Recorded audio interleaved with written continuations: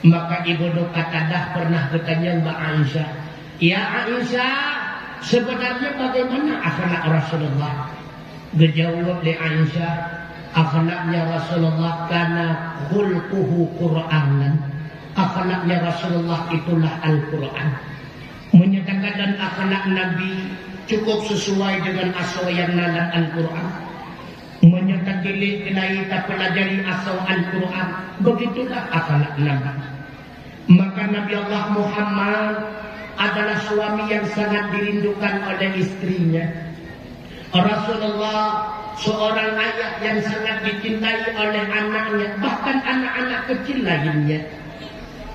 Waktu Rasulullah netebir di kota Madinah ni, nejak termasuk nejak perang itu.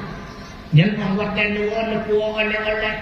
Pakor diingat Rasulullah nak anaknya di kota Madinah yang tengah impress beliau. Maka ketika Rasulullah teruk gerbang kota Madinah, yang ubena anaknya disurah, "Oh, Rasulullah kaduau, Rasulullah kaduau." Musafah di samping Nabi. Pakor Nabi nak berpuak oleh-oleh. Kita nyona naganya ngananuk terus terdengu. Oh, boleh. Waktu menolong tungkukan, itu dia bang, "Ade, ayah kadua." Belum dah kembali kau. Ia lagi ia terima. Ijing orang komite kita yang adik-adik, jika kalian orangnya ayah nak bertepuk mak, itu oleh adik bang ayah nak bertepuk mak, orangnya emak betul nak ayah bertapah rumah tangga. Yang rumah tangga katanya orangnya Rasulullah baiti jannati, rumahku adalah surgaku. Yang lain kejadian orangnya di lapangan kota baitin nari, rumahku nerakaku. Yang lain padahal akhlak tentu hendaknya katanya wujudkan penilaian dalam rumah tangga. Lakau dengan rumah ngelakau urungsi dengan anak-anak dengan urungsi dia kutakan.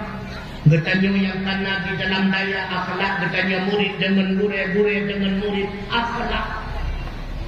Menyemati menyecara untuk metuak lebih cara iblis daripada katanya. Tapi bahkan iblis itu kutuk oleh Allah Ta'ala karena iblis hana akhlak. Akhlak itu pokok ni metuak kamu yang berbahagia.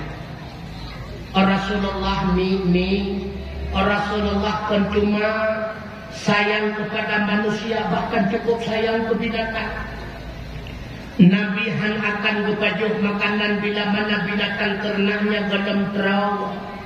Nabi han berpajuh ilai kudra bila mana sahabat dalam bertemu ngerasa. Rasulullah bahkan Rasulullah cinta perasaan kasih sayang kepada orang lain kan cuma kepada mukmin. Bahkan termasuk kepada orang kafir ni menuang abu yang berbahagia. Cukup raya kasih sayang Allah.